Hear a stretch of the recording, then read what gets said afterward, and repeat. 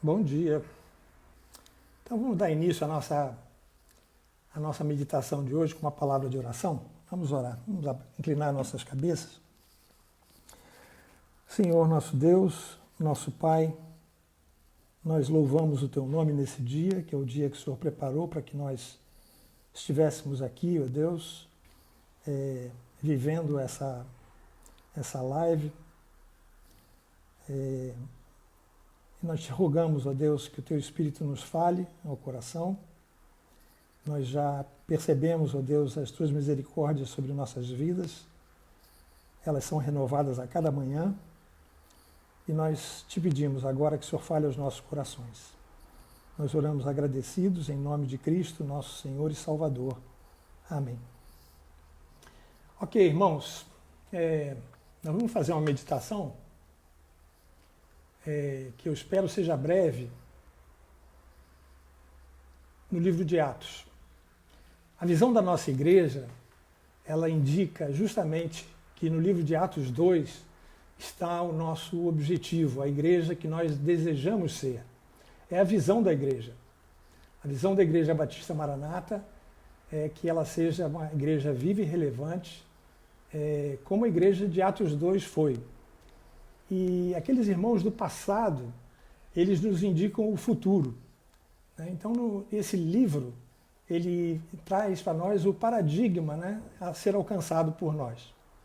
Nós temos muito hoje que aprender com aqueles irmãos do passado. E o nosso texto do livro está exatamente no livro de Atos, quando a igreja recém-inaugurada dava os seus primeiros passos sob a orientação do Espírito Santo. Vamos ler Atos no capítulo 4. Versos de 23 a 31. O nosso texto está no livro de Atos, no capítulo 4, versículos de 23 a 31. E o texto diz assim: Uma vez soltos, procuraram os irmãos e lhes contaram quantas coisas lhes haviam dito os principais sacerdotes e os anciãos. Ouvindo isto, unânimes, levantaram a voz a Deus e disseram: Tu, soberano Senhor, que fizeste o céu, a terra, o mar e tudo o que neles há, que disseste por intermédio do Espírito Santo, por boca de Davi, nosso pai, teu servo. Porque se enfureceram os gentios e os povos imaginaram coisas vãs? Levantaram-se os reis da terra e as autoridades, ajuntaram-se a uma contra o Senhor e contra o seu ungido. Porque verdadeiramente se ajuntaram nesta cidade contra o teu santo servo Jesus, o qual ungiste Herodes e Pôncio Pilatos, com gentios e gente de Israel, para fazerem tudo o que a tua mão e o teu propósito predeterminaram. Agora, Senhor, olha para as suas ameaças e concede aos teus servos que anunciem com toda a intrepidez a tua palavra, enquanto estendes a mão para fazer curas, sinais e prodígios por intermédio do nome do teu santo servo Jesus. Tendo eles orado, tremeu o lugar onde estavam reunidos. Todos ficaram cheios do Espírito Santo e com intrepidez anunciavam a palavra de Deus. Irmãos, esse texto é um texto pequeno, um texto simples, mas ele vai exigir de nós que nós façamos uma contextualização para entendermos exatamente o que está acontecendo ali naquele momento. Então, o nosso plano para a gente meditar hoje vai ser justamente fazer uma contextualização rápida daquilo que nos trazem os capítulos 3 e 4 até chegar ao texto que a gente está. E depois a gente vai analisar o conteúdo desses versículos de 23 a 31. E, finalmente, concluir e fazer algumas aplicações para o tempo que nós estamos vivendo. Então, logo no versículo 23, a gente vê que é um versículo de transição. É um versículo que está fazendo uma mudança entre aquilo que foi falado e aquilo que vai ser falado. Então, o texto inicia com esse versículo e esse versículo dá sequência, então, ao que tinha acontecido a partir do capítulo 3, verso 1, até o capítulo 4, 22, aos apóstolos Pedro e João. Então, eles são os personagens, Quando a gente lê aqui uma vez soltos, né, a gente sabe que isso se refere a Pedro e João. Eles tinham sido soltos, eles procuram os discípulos e aí a igreja vai resolver orar, que vai ser o conteúdo daquilo que vamos ver já já. Então, o que realmente aconteceu com Pedro e João? O texto lá nos versículos 1 a 10 do capítulo 3 diz que Pedro e João eles tinham ido à tarde até o templo em Jerusalém para orar. Isso então depois de Pentecostes, passado alguns meses talvez, e eles chegam junto à porta do muro onde ficavam mendigos e doentes pedindo esmola à porta do templo. Então um deles, que era coxo de nascença, né, provavelmente ele tinha então uma paralisia nos membros inferiores, ele implorava aos dois que os ajudassem. Ele queria provavelmente dinheiro, né? Mas Pedro, fazendo algo que a gente já viu que Jesus fez também, olhou para ele e resolveu lhe dar o que tinha. Então Pedro diz para eles que não tinha dinheiro, mas aquilo que ele tinha dava para eles e que em nome de Jesus ele então curava aquele homem, né? Ele pedia a Deus para aquele homem levantar, né? E aquele homem então faz isso, levanta e aos saltos ele entra com eles, Pedro e João, louvando a Deus no templo. E os circunstantes ficam admirados com aquilo que viam, porque eles conheciam aquele homem que estava ali há muito tempo pedindo dinheiro. Lá no final, no versículo 22 do capítulo 4, vai dizer que aquele homem ele já tinha mais ou menos cerca de 40 anos, né? Já era adulto. E tinha passado aquele tempo inteiro sem andar. Bom, em decorrência desse fato, então, muitas daquelas pessoas que conheciam o homem, eles se ajuntam aos apóstolos e Pedro, então, vê uma ocasião, vê uma oportunidade para falar a eles de Jesus Cristo. E ele fala trazendo a eles a noção de que eles haviam traído e negado a Jesus diante de Pilatos. Ele também falou para eles acerca de Barrabás, que tinha sido a opção deles em relação a Jesus para que fosse libertado. Então ele responsabiliza aqueles homens, né, da morte de Jesus. Mas ele diz também que Jesus foi ressuscitado dos mortos por Deus, né? E ele e João eram testemunhas dessa ressurreição. Ele vai então conclamar aqueles homens ao arrependimento dos pecados para que eles vivessem tempos de refrigério, né? Para que aquela culpa não continuasse dentro do coração deles. Eles vão dizer mais ainda, eles vão dizer que Jesus estava no céu, de onde, no momento oportuno, ele viria para restaurar todas as coisas de acordo com aquilo que os profetas haviam dito, os profetas, então, do Velho Testamento. Bom, em decorrência disso, né, os sacerdotes, os escribas que estavam por ali ouviram aquilo tudo. O capitão do templo também, os saduceus também. E os saduceus, principalmente, eles não acreditavam na ressurreição. Eu sei que todos eles ficaram ressentidos com aquilo que Pedro e João estavam falando e, por causa disso, resolveram arguí-lo. Mas como já era tarde, o texto diz que já era tarde, eles resolvem fazer isso no dia seguinte e levam os dois, então, para a cadeia. Então, Pedro e João, eles vão dormir na cadeia. E no dia seguinte, então, eles vão ser inquiridos pelas autoridades, então, de Jerusalém. E aconteceu isso, as autoridades realmente se reuniram e perguntaram para eles em poder de quem eles haviam curado aquele coxo. E novamente, Pedro, sempre Pedro, vai, cheio do Espírito Santo, usar da palavra também. E com isso ele vai dizer fortemente que eles eram os construtores que rejeitaram a pedra. E aquela pedra era a pedra angular. Isso está dito lá no Salmo 118, no versículo 22. E eles, então, também culparam os sacerdotes pelo que eles fizeram a Jesus. E Pedro disse, então, que a salvação vinha somente por Cristo. É aquele célebre versículo 12 do capítulo 4, em que Pedro diz que não há nome pelo qual nós podemos ser salvos, senão o nome de Jesus. As autoridades reconheceram, então, que aqueles homens tinham estado, de fato, com Jesus. aquele mesmo Jesus que eles, no mesmo sinédrio, naquela mesma reunião, tinham julgado e tinham realmente levado a Pôncio Pilatos para que ele fosse morto. A partir daí a conversa passou a ser de uma série de ameaças, né? Eles começaram então a ameaçar a Pedro e a João que eles não divulgassem mais o que eles haviam feito e nem ensinassem acerca de Cristo, né? Eles não queriam que aqueles homens ganhassem notoriedade entre o povo e passaram então mais uma vez a ameaçar os apóstolos.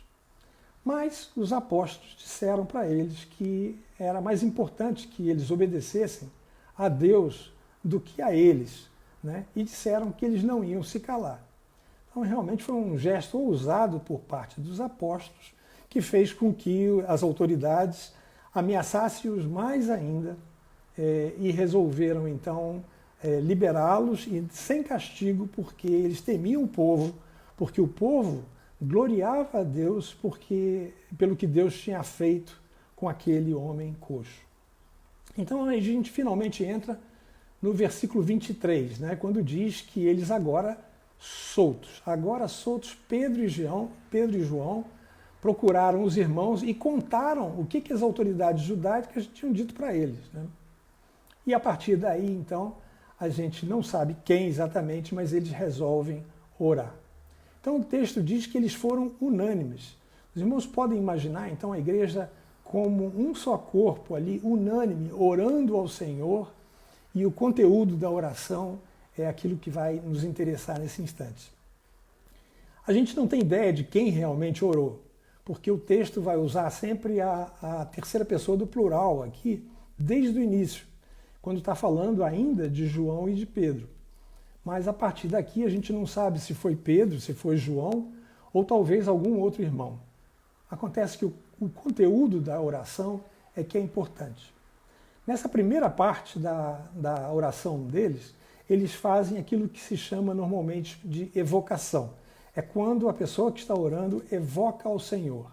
Mas eles fizeram essa evocação, esse chamado do Senhor, de uma forma muito peculiar. Eles falaram acerca de Deus através de dois atributos dele: a soberania dele e o fato dele ser o Criador de todas as coisas.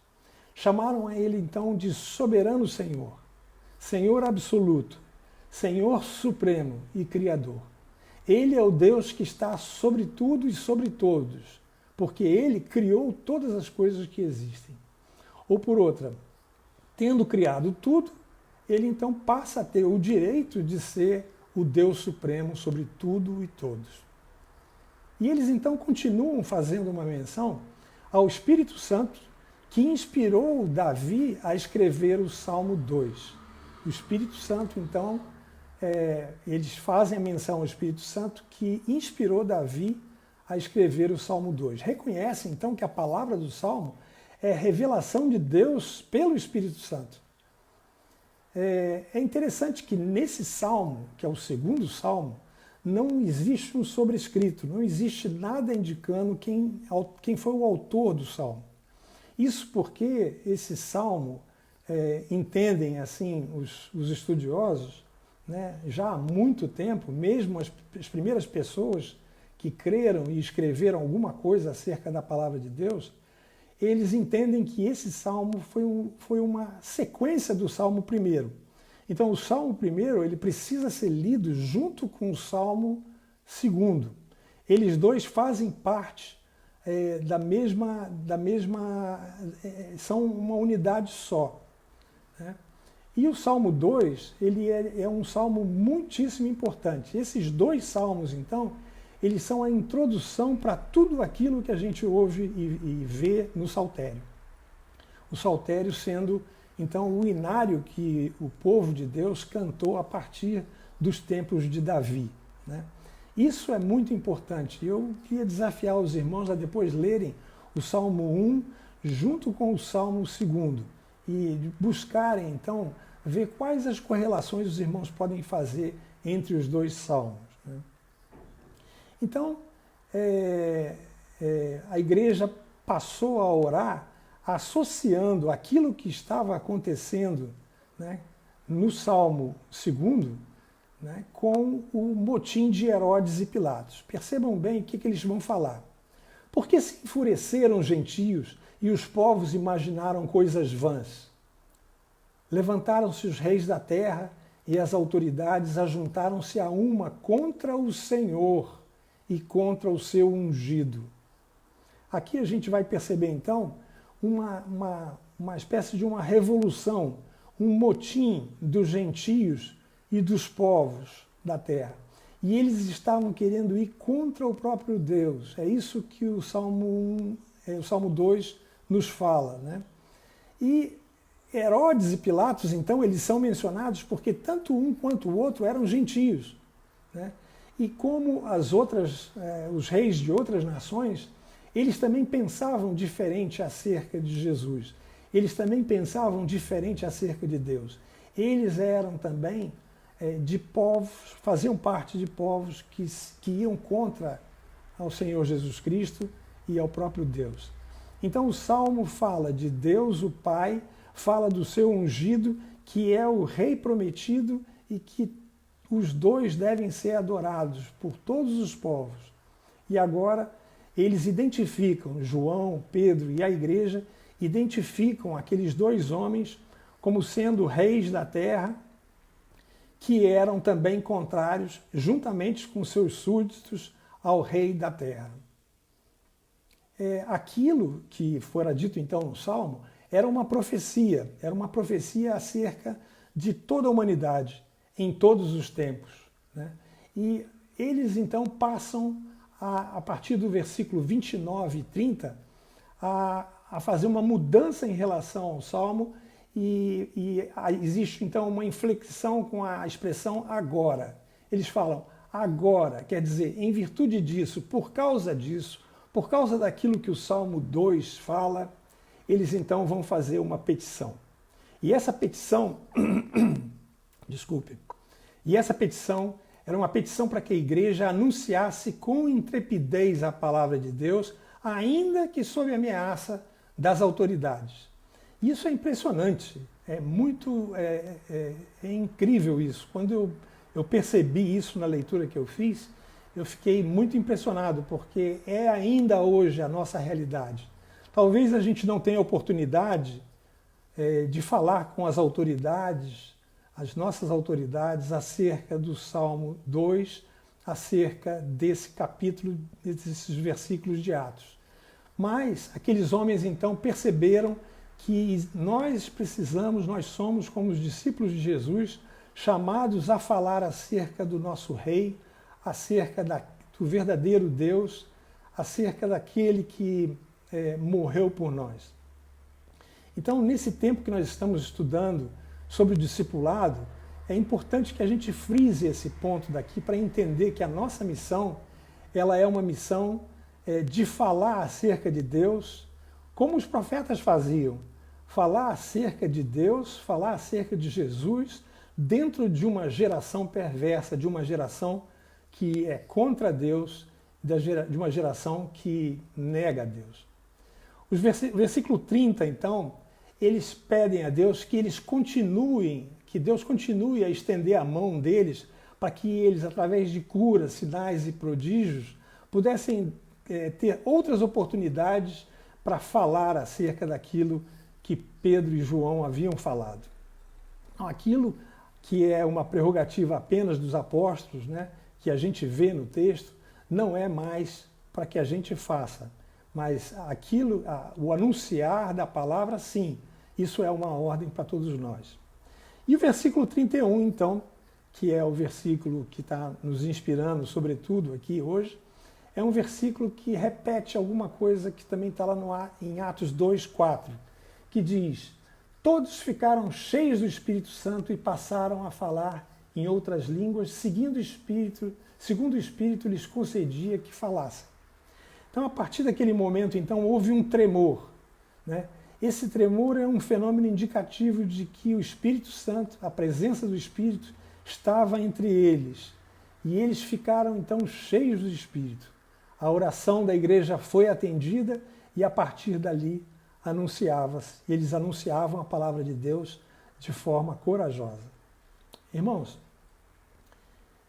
o texto então é um texto simples em que a igreja faz uma oração. E nós vemos nisso daqui, agora passando para uma aplicação desse texto, um exemplo de oração coletiva do Novo Testamento, acerca da necessidade da igreja de orar para o cumprimento da sua missão. Irmãos, isso é a mesma coisa que nós ouvimos no domingo o pastor Sacha falar para nós.